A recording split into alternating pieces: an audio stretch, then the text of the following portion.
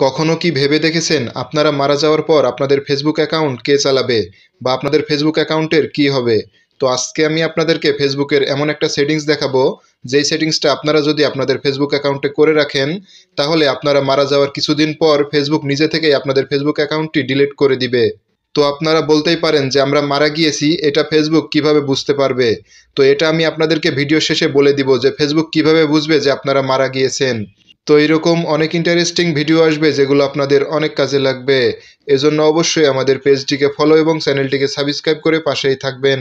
তো চলুন শুরু করা যাক। প্রথমেই চলে আসবেন ফেসবুক অ্যাপ্লিকেশনে, আসার পরে উপরের দিকে 3 লাইন অপশন, তো এখানে ক্লিক করবেন। এরপর এখান থেকে সেটিংসে ক্লিক করবেন। এরপর এখান থেকে পার্সোনাল ডিটেলসে ক্লিক করবেন। এরপর আবারও নিচের দিকে পার্সোনাল ডিটেলসে ক্লিক করবেন।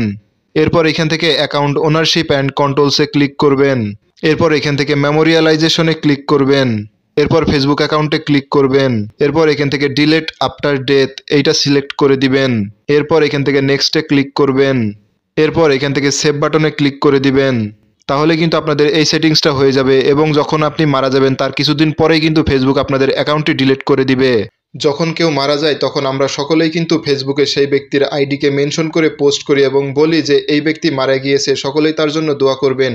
আর এইভাবে যখন অনেক লোক ফেসবুকে পোস্ট করবে তখন কিন্তু ফেসবুকের রোবোটিক অ্যালগোরিদম বুঝতে পারবে যে সেই ব্যক্তি মারা গিয়েছে, আর তখনই কিন্তু ফেসবুক সেই ব্যক্তির আইডিটাকে ফেসবুক থেকে রিমুভ করে দিবে।